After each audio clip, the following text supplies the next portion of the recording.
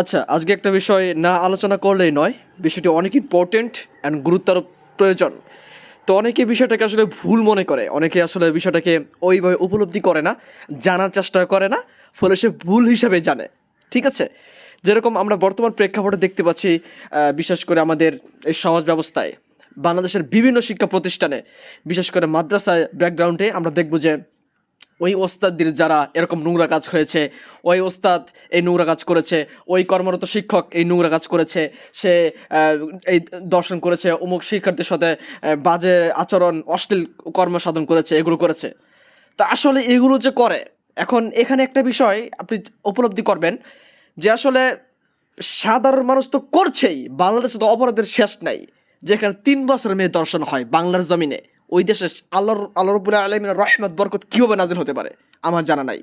তো দেখেন, মাদ্রাসা ব্যাকগ্রাউন্ডগুলোতেও, মাদ্রাসাতেও যেখানে আল্লাহ রাব্বুল আলামিন এবং সাল্লাল্লাহু আলাইহি সাল্লাম অর্থাৎ ইসলামের অর্থাৎ যে চূড়ান্ত দিন সেটার শিক্ষা দেওয়া হয়, কিন্তু সেখানে কিন্তু এই পাপগুলো থেমে নাই।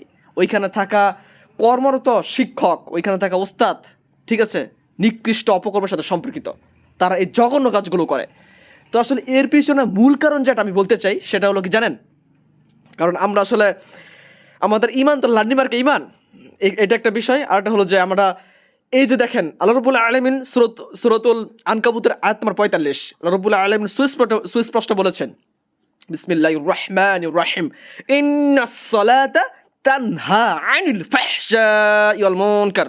অর্থাৎ ইন্না মানে নিশ্চয়, সালাত মানে নামাজ, নিশ্চয় নামাজ, অশ্লীল মানে কি, ফাহশা মানে অশ্লীল, আর মুনকার মানে মন্দ। নিশ্চয়ই সালাত অশ্লীল মন্দ কাজ থেকে বিরত রাখে। এটা আল্লাহ রাব্বুল আলামিন সুস্পষ্ট কুরআনুল কারিমে উল্লেখ করে দিয়েছেন।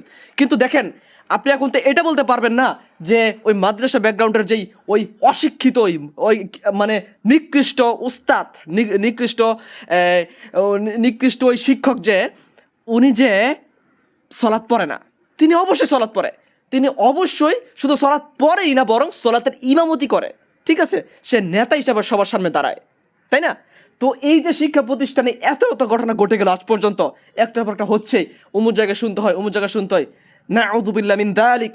তো দেখেন, এই যে ঘটনাগুলো ঘটছে, তো সেই মানুষগুলোকে সলাৎ না পড়ে, সে কি সলাৎ আদায় করছে না? তাহলে আল্লাহ রাব্বুল আলামিন তো বলে দিয়েছেন যে নিশ্চয় সলাৎ অশ্লীল মন্দ কাজ থেকে বিরত রাখে, কিন্তু সেই ইমামকে, সেই বন্ড, সেই নিকৃষ্ট হুজুরকে, সেই নিকৃষ্ট উস্তাদকে তো সলাৎ বিরত রাখলো না, বাধা দিল না। তার মানে কি এটাই দাঁড়ালো যে আল্লাহ রাব্বুল আলামিন মিথ্যা বলেছেন নাকি? আমাদের তো মনে হচ্ছে যে আল্লাহ রাব্বুল আলামিন মিথ্যাই বলেছেন, নয়তো এমনটা কেন? কোনো সুযোগ নাই। আপনাকে এটা বুঝতে হবে, আপনাকে এটা মানতে হবে যে সলাৎকে যেভাবে, ঠিক যেভাবে আমাদেরকে আদায় করা উচিত, আদায় করা দরকার, আমরা সলাৎকে সেইভাবে আদায় করছি না। আমরা সলাদের রুকনগুলো ঠিকমতো আদায় করছি না। আমাদের তাওহীদের সমস্যা। সলাৎ যেভাবে হওয়ার কথা ছিল সেভাবে হচ্ছে না। এজন্য সলাৎ আমাদেরকে পাপ কাজ, অশ্লীল কাজ, মন্দ কাজ থেকে বিরত রাখছে না। এটাই চূড়ান্ত, এটা আপনাকে বুঝতে হবে।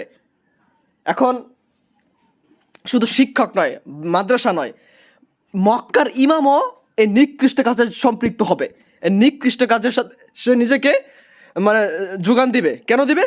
যদি সেই মক্কার কাবার ইমামেরা যদি সলাৎ না হয়, কবুল না হয়, তাহলে সেই পাপ কাজ করতে সে পিছপা হবে না, সে এটা করে ফেলতে পারবে।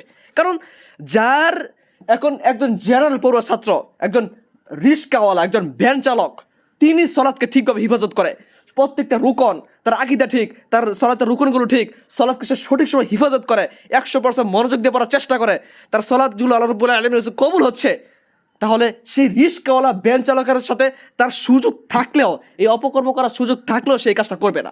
আর অন্যদিকে কাবার ইমাম, মক্কার ইমাম, সে কোরআন কারীম মুখস্থ করেছে, সে তার হাদিস মুখস্থ, সে একজন হাফিজ, কিন্তু তারপরও সে, তার যদি সলাৎ কবুল না হয়, সে এই পাপ কাজ করে ফেলতে পারে, বলা যায় না। ঠিক আছে? এজন্যই প্রিয় ভাইয়েরা, সলাৎ ওইভাবে আদায় করতে হবে যাতে সলাৎ আপনাকে প্রোটেকশন দেয়, সলাৎ আপনাকে এই পাপ কাজ, নোংরা কাজ থেকে বিরত রাখতে পারে। ঠিক আছে? এই প্রোটেকশন যাতে সলাতের থাকে, আপনাকে সলাৎ সেইভাবে আদায় করতে হবে। ঠিক আছে? শুধু মাদ্রাসায় নয়, আচ্ছা রাস্তার ঘাটে ঘাটে কেন আজকে আমাদের সমাজে যদি আমি দেখি 20 জন সলাতের সমাজের অধিকাংশ মানুষ কিন্তু কাফির। কেন কাফির? ইচ্ছাকৃতভাবে সলাৎ ছেড়ে দেয়। কিন্তু তার মধ্যে দেখলাম যে এক সমাজের 1000 মানুষের মধ্যে 100 মানুষ সলাৎ পড়ে, ধরলাম 100 মানুষ সলাৎ পড়ে, 100 মানুষের মধ্যে দেখলাম যে 100 মানুষের মধ্যে 99 জন মানুষ সুদ, ঘুষ, দর্শন, পাপাচার, জেনা, নেশা এদের সাথে সম্পৃক্ত। তাহলে এটাই বলা যাচ্ছে যে 99 জন মানুষের সলাত কবুল হচ্ছে না, তারাও কিন্তু মুনাফিক। সলাত তো পড়ছে, সেক্ষেত্রে কাফির তো বলা যাবে না, বলতে হবে মুনাফিক। অপরদিকে একজনকে যদি আমরা মুকমিন হিসাবে ধরতে পাই, যদি ধরি, তো এটা হচ্ছে বিষয়। বর্তমান সমাজে এটাই পরিস্থিতি, আমাদেরকে বুঝতে হবে। আসলে খুব চরম দুঃখ মনে হয়, চরম দুঃখ লাগে আসলে যখন এই নিউজগুলো সামনে আসে যে অমুক মাদ্রাসায় অমুক উস্তাদ অমুক এরকম নিকৃষ্ট কাজ করেছে। এটা খুব কষ্ট লাগে আসলে। আল্লাহ রাব্বুল আলামিনের রহমত বরকত কীভাবে নাজিল হতে পারে এই গজবওয়ালা দেশে? আমাদের দেশে সলাতের গুরুত্ব নাই, সলাৎকে সঠিকভাবে আদায় করা হয় না। সলাৎ হানাফি মসজিদগুলোতে সলাৎ পড়া হয় কতটা পরে? সময় যখন সূর্য যখন ডুবে যায় তখন পড়া হয় আসর ও সলাৎ। আবার সেই সঙ্গে যখন ইমামতি করা হয় তখন সলাতের মধ্যে কি 5 মিনিটে 4 রাকাত সলাৎ শেষ। 5 মিনিট যখন 4 রাকাত সালাত শেষ হয়ে যায়, আপনি তখন সূরা ফাতিহা কখন পড়বেন? আপনি সালাতের রুকুনগুলো কখন ঠিক রাখবেন? তো এই বর্তমান পরিস্থিতি সব কিছু মোকাবিলা করে দেখলাম যে আসলে সলাৎ যখন কবুল হচ্ছে না, ইন্নাস সালাতা তানহা আনিল ফাহশাই ওয়াল মুনকার, এই কথা এমনি আসে নাই। আল্লাহ রাব্বুল আলামিন সুস্পষ্ট, এটা হাদিসের কথা নয়, সরাসরি কোরআনে উল্লেখ রয়েছে। আল্লাহ রাব্বুল আলামিন আমাদের হিদায়াত করুক, আমরা যেন সঠিকভাবে সালাতকে আদায় করতে পারি। নয়তো আমাদের বর্তমান জামানা শেষ জামানা, নিকৃষ্ট যত কাজ সব হচ্ছে। তো এই সময় যদি আমরা সালাতকে সঠিকভাবে হিফাজত করতে না পারি, তাহলে আমাদের মতো নিকৃষ্ট কাজ আর কারা করবে? আমাদের মধ্যে নিকৃষ্ট কাজ এখনই দেখা যাচ্ছে, এটা হতেই যাচ্ছে, এটা হয়েই যাচ্ছে। এখন আমাদেরকে বাঁচতে হবে, আমাদেরকে সালাতকে সঠিকভাবে আদায় করতে হবে। তো এর মানে এই না যে আপনি সালাত আদায় করবেন, সঠিকভাবে হচ্ছে, কিন্তু আপনি পরীক্ষা করতে যাবেন যে দেখি আমার সালাত কবুল হচ্ছে কিনা, ওই সুযোগ নেই। আপনাকে অবশ্যই সতর্ক সাবধানে থাকতে হবে। আরেকটা বিষয়, আপনি নিজে অটো বুঝবেন আপনার সালাত, আপনার নামাজ, আপনার ইবাদত, বিশেষ করে সালাত কবুল হচ্ছে কিনা আপনাকে নিজে বুঝতে হবে। অটো বুঝবেন, অটোমেটিক একটা ফিল আসবে। কিভাবে আসবে? আপনি যখন দেখবেন আপনার দ্বারা মিথ্যা হচ্ছে না, কোনো গুনার কাজ হচ্ছে না, জেনা, দর্শন প্রভৃতি, সুদ ঘুষ, এগুলো কোনো কাজ হচ্ছে না, আপনি সব আলহামদুলিল্লাহ হকের পথে রয়েছেন, সঠিক পথে রয়েছেন, তখন আপনি বুঝবেন যে আপনার সালাত কবুল হচ্ছে।